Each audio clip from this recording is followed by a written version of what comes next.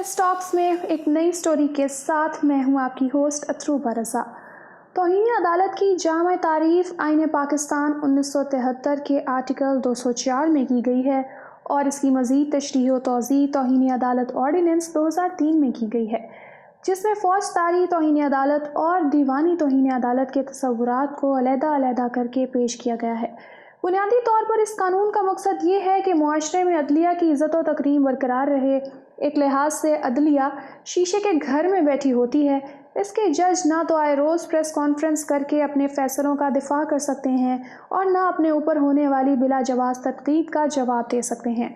एक लिहाज से तौहीन अदालत का कानून उन्हें यह एतमाद बख्शता है और तहफ़्फ़ुज़ फराहम करता है कि अगर किसी ने उन पर कीचड़ उछाला या उनके काम करने की राह में रोड़े अटकाए या उन्हें बेतौकीर किया या अवाम की नज़रों में उनको गिराने की कोशिश की गई या उनके किए गए अहकामात फ़ैसलों का तमस्खुर उड़ाया या उन पर अमल दरामद करने से इनकार कर दिया, तो फिर तौहीन के मुर्तकिब अशख़ास से बाज़पुर्स की जा सके और फ़ैसलों पर अमल दरामद करवाने को यकीनी बनाया जा सके ताकि अवाम के दिलों में उनका एहतराम बरकरार रह सके। आइन और उसके तहत बनाए गए कानून के तहत तौहीन अदालत के मुर्तकिब को 6 माह कैद और 5,000 रुपये तक सज़ा दी जा सकती है।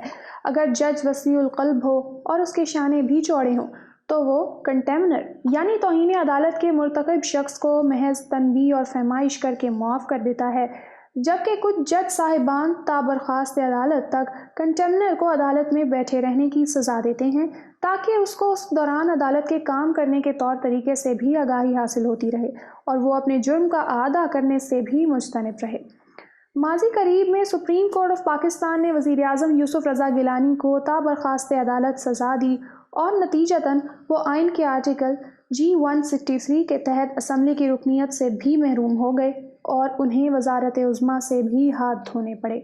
उनको महज इस बिना पर सज़ा दी गई कि उन्होंने स्विस हुकाम को अदालत उज़्मा की हिदायत के मुताबिक उस वक्त के सदर पाकिस्तान जनाब आसिफ अली ज़रदारी साहब के मुबैना स्विस अकाउंट्स के हवाले से एक ख़त तहरीर करने और रवाना करने से इनकार कर दिया था। उसकी एक कड़ी ये भी थी कि उस वक्त के वज़ीर कानून बाबर अवान, जो कि हाल में वज़ीर आज़म इमरान खान के मुशीर कानून हैं, को भी ज़रदारी साहब की वकालत का शौक़ चढ़ाया तो वो भी वजारत का कलमदान छोड़कर और काला कोट पहनकर अदालत में पहुंच गए। एक समाअत के बाद अदालत के बाहर टेलीविज़न के कैमरों के सामने उन्होंने अपनी जुर्रत आजमाई और ये मशहूर ज़माना जुमला फेंका, नोटिस मिलिया कख ना हिलिया। और फिर चश्मे फलक ने देखा कि सुप्रीम कोर्ट ने सुप्रीम कोर्ट रूल्स 1980 के तहत उनका वकालत का लाइसेंस ही मुअत्तल कर दिया, जो गालिबन 2 साल के बाद बहाल हुआ। हाल ही में निहाल हाशमी, दानियाल अजीज़ और तलाल चौधरी को आइन के आर्टिकल 63 के तहत 5-5 साल के लिए भी असम्बली का उम्मीदवार बनने से नाअहल करार दिया गया। किस्सा मुख्तसर, अदालत की तौहीन का इर्तिकाब करने वाले शख्स को ये बात पेश नज़र रखनी चाहिए कि आइन के आर्टिकल 204 के अलावा भी मुख्तलिफ आइनी शिकों और मुख्तलिफ कानूनी दफ़ात को हरकत में लाते हुए उसे संगीन नताइज का सामना करना पड़ सकता है। आगे बढ़ने से पहले ये बात जहन नशीन रहे कि ज़रदारी साहब ने तौहीन अदालत के कानून को बेअसर करने के लिए तौहीन अदालत का नया कानून 2011 में मुतारिफ़ करवाया था। उसकी अहमियत को भांपते हुए दर्जनों पिटिशनों पर सुप्रीम कोर्ट ने उस कानून को आइन से मुतसादिम करार देकर सिरे से ही मुस्तरद कर दिया और उसके दांत खट्टे करते हुए पुराने कानून तौहीन अदालत ऑर्डिनेंस 2003 को बहाल कर दिया।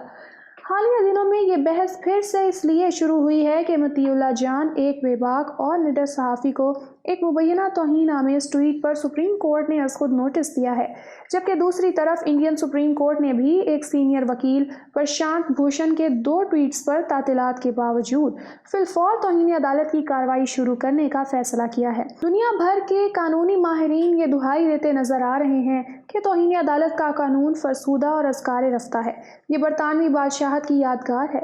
बादशाह खुद ही लॉ गिवर होता था और ख़ुद ही सबसे बड़ी अदालत, लिहाजा उसके फ़ैसलों को नज़रअंदाज करने का मतलब ये होता था कि बादशाह सलामत की बराह रास्त तौहीन की गई है। लेकिन अब इस कानून की मौजत खुद इस कानून को आज़ादी इज़हार राय के ख़िलाफ़ समझते हैं और अमली तौर पर यह कानून किस्सा पारीना बन चुका है। ताहम यहाँ तक पहुँचते पहुँचते बरतानवी जज साहिबान को चंद फैसले लिखने पड़े हैं। कानून की दुनिया में लॉर्ड डेनाइंग के नाम से कौन वाकिफ़ नहीं है। उन्होंने कानून तौहीन अदालत की वजाहत करते हुए एक मौके पर यह कहा کہ توہین عدالت کا قانون ہماری اپنی عزتوں کو برقرار رکھنے کے اعلی کار کے طور پر استعمال نہیں ہونا چاہیے۔ ہماری توقیر اس سے کہیں زیادہ ٹھوس بنیادوں کی متقاضی ہے۔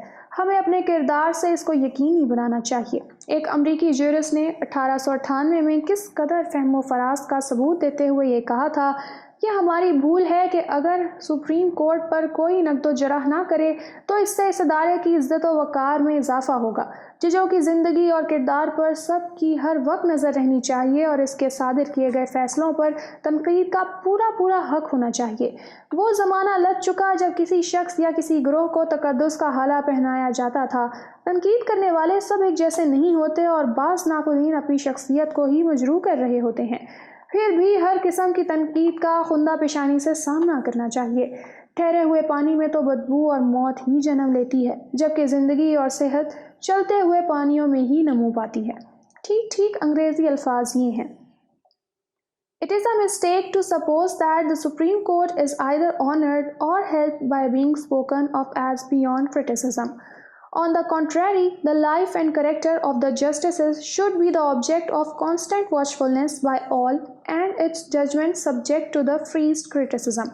The time is past in the history of the world when any living man or body of man can be set on a pedestal and decorated with a halo. True, many criticisms may be, like their authors, devoid of good taste, but better all sorts of criticism than no criticism at all. The moving waters are full of life and health. Only in the still waters is stagnation and death. Indian supreme court کے معروف جج justice Khanna نے ایک موقع پر یہ لکھا کہ عدلیہ کا اصل ہتھیار اس کا اجلا چہرہ ہوتا ہے، وہ عزت و تکریم ہے جو اسے عوام بخشتے ہیں۔ توہین عدالت کے قانون سے یہ مقصد پورا نہیں ہو سکتا۔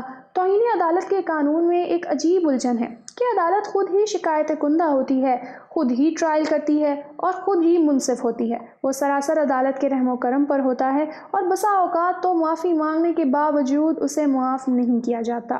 وجہ ہے کہ انصاف کے ازلی و ابدی اصول کے تحت مبینہ یعنی کنٹمنر کو صفائی کا موقع دیا جاتا ہے اور اسے اپنی فریاد کرنے اور داستان سنانے کی بھی سہولت دی جاتی ہے، اور آئین کے آرٹیکل 10A پر بھی منوعن عمل کیا جاتا ہے۔ تاہم اس تاثر کو زائل کرنا مشکل ہے کہ یہ سارا انتظام محض اشک شوئی ہوتی ہے۔ ایسے میں انصاف رہے اور توازن بھی برقرار رہے کس قدر مشکل ہے۔ یہیں سے المیہ جنم لیتے ہیں اور داستانیں شروع ہوتی ہیں۔ ابھی تک یہ نہیں دیکھا گیا کہ کنٹمنر کو سزا دینے پر کبھی عدلیہ کی عزت و تکریم میں اضافہ ہوا ہو۔ اگر آزادی تحریر و تقریر کے آئینی حق کو بھی برقرار رکھنا ہے، لوگوں کو اپنی بھڑاس نکالنے کا بھی موقع فراہم کرنا ہے اور سوشل میڈیا پر نوخیز آوازوں کا بھی گلا نہیں گھونٹنا، تو پھر بزرگ بن کر نادان بچوں کو سمجھائے بجھانے پر ہی اکتفا کرنا چاہیے۔ تلوار میان میں رہے تو بہتر ہے۔ تلوار کو بار بار لہرانے سے اس کا ڈر اور خوف ختم ہو جاتا ہے۔ ویسے بھی گلی سے گزرتے ہوئے اگر کوئی دیوانہ آپ کا گریبان پکڑنا چاہے تو آپ اپنا دامن بچا کر آگے نکلنے کی جستجو کرتے ہیں، نہ کہ اسے پکڑ کر دبوچ دیتے ہیں اور مار کر ادموا کر دیتے ہیں۔ اس دوران اگر کوئی عقل مند شخص وہاں سے گزرے تو وہ دیوانے کو نہیں فرزانے سے استفسار کرے گا کہ وہ کیوں فرزانگی چھوڑ بیٹھا۔ معاملات کو بگاڑنے کی بجائے فہم و فراست کا ثبوت دینا چاہیے۔ معاف کرنے اور نظر انداز کرنے کو ہی ہر دور میں سراہا جاتا ہے۔ اسی کے ساتھ مجھے دیں اجازت، ملتے ہیں اگلی ویڈیو میں ایک نئی سٹوری کے ساتھ۔ پیس ٹاکس کو سبسکرائب کر لیں۔ اللہ حافظ۔